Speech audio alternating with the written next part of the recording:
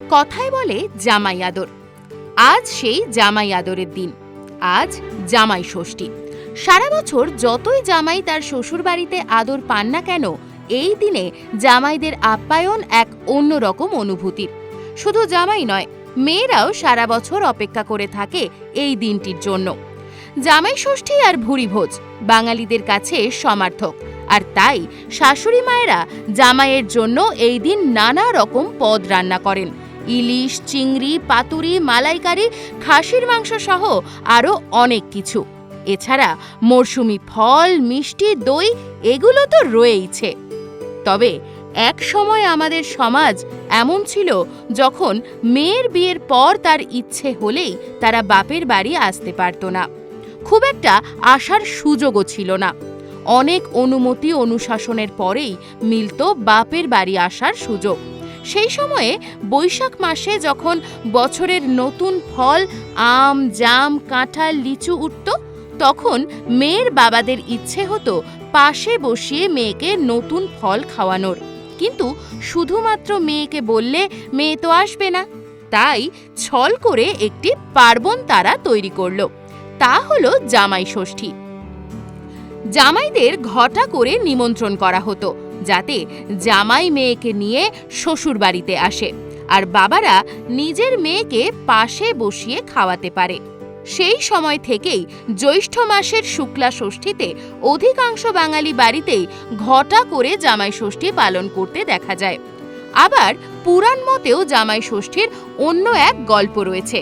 তা হলো, এক মহিলার বাড়িতে প্রতিদিন যা রান্না হতো তা তিনি নিজেই লুকিয়ে সবটা খেয়ে ফেলতেন এবং খাবার না থাকায় তিনি দোষ চাপাতেন একটি বেড়ালের ওপর। অন্যদিকে মা ষষ্ঠীর বাহন বেড়াল। বিনা কারণে তার বাহনের ওপর দোষ দেওয়ায় অত্যন্ত ক্ষুব্ধ হয়ে মা ষষ্ঠী এক মারাত্মক অভিশাপ দেন ওই মহিলাকে যে ওই মহিলা সন্তানের জন্ম দিলেই সেই সন্তানের মৃত্যু হবে। পরে ওই মহিলা নিজের ভুল বুঝতে পারলে ক্ষমা প্রার্থনা করে মা ষষ্ঠীর পূজা করেন। ষষ্ঠী দেবী তার পুজোয় সন্তুষ্ট হয়ে পরে তার সন্তানদের প্রাণ ফিরিয়ে দেন।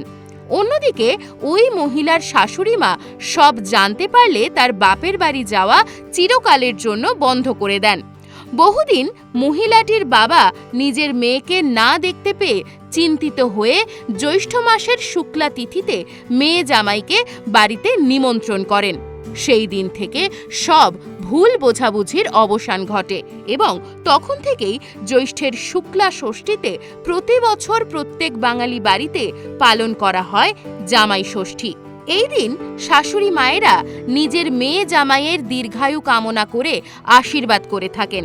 তবে এই জামাই ষষ্ঠী নিয়ে বহু মিথ ছড়িয়ে রয়েছে।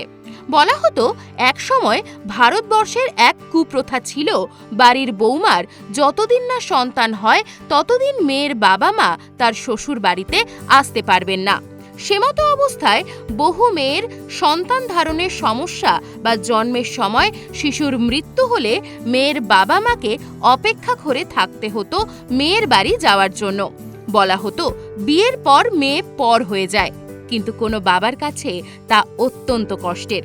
তাই বিয়ের পর মেয়েকে একবার দেখার জন্য তারা এই দিনে জামাই মেয়েকে নিমন্ত্রণ করে জামাই ষষ্ঠী পালন করত, যেখানে মেয়ে জামাইকে নিমন্ত্রণের মাধ্যমে মেয়ের মুখ দেখে বহুদিনের স্বাদ পূরণ করতেন বাবা মা এবং সেই সঙ্গে মা ষষ্ঠীর পুজো করে তাকে সন্তুষ্ট করতেন যাতে মেয়ে খুব তাড়াতাড়ি পুত্র সন্তান লাভ করে।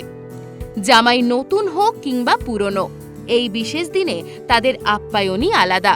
সন্তানদের মঙ্গল কামনায় সেদিনের বিশেষ আচার পালন করে থাকেন শাশুড়ি মায়েরা। তবে জানেন, জামাই ষষ্ঠীর আসল নাম অরণ্য ষষ্ঠী। বহু বছর ধরে সংসার ও সন্তানের মঙ্গল কামনায় পালন করা হয় এই নিয়ম। এই দিন মা ষষ্ঠীর পুজোর জন্য শাশুড়ি মায়েরা ভোরবেলা স্নান সেরে জল ভরা ঘটে রাখেন আম্রপল্লব। তারপর কাঁঠাল পাতার ওপর বিজোড় সংখ্যায় জ্যৈষ্ঠ মাসের নতুন মরশুমি ফল সাজিয়ে রাখেন। সঙ্গে থাকে 108 আঁটি দূর্বা ও একটি তালপাতার পাখা।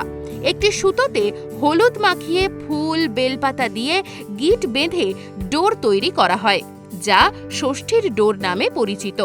এবার সেই ফল ফুল দূর্বা ষষ্ঠীর ডোর পাখা সহ ডালি দিয়ে মা ষষ্ঠীর পুজো দিয়ে আসেন শাশুড়ি মায়েরা। পুজো শেষে জামাইয়ের কপালে দইয়ের ফোঁটা দেওয়া হয়। ঘটের জলে দূর্বার আঁটি ভিজিয়ে তালপাতার পাখা ও ওই দূর্বা সহ জামাই মেয়েকে 60-60-60 বলে ষষ্ঠীর বাতাস ও ধান দূর্বা সহ আশীর্বাদ করেন শাশুড়ি মা। এই দিন পুজো শেষে জামাইকে আদর করে খাওয়ানো হয় নানা পদ। এই দিন এই অনুষ্ঠান উপলক্ষে বাড়ির সকলে একত্রিত হয়ে এক প্রকার উৎসবে মেতে ওঠেন।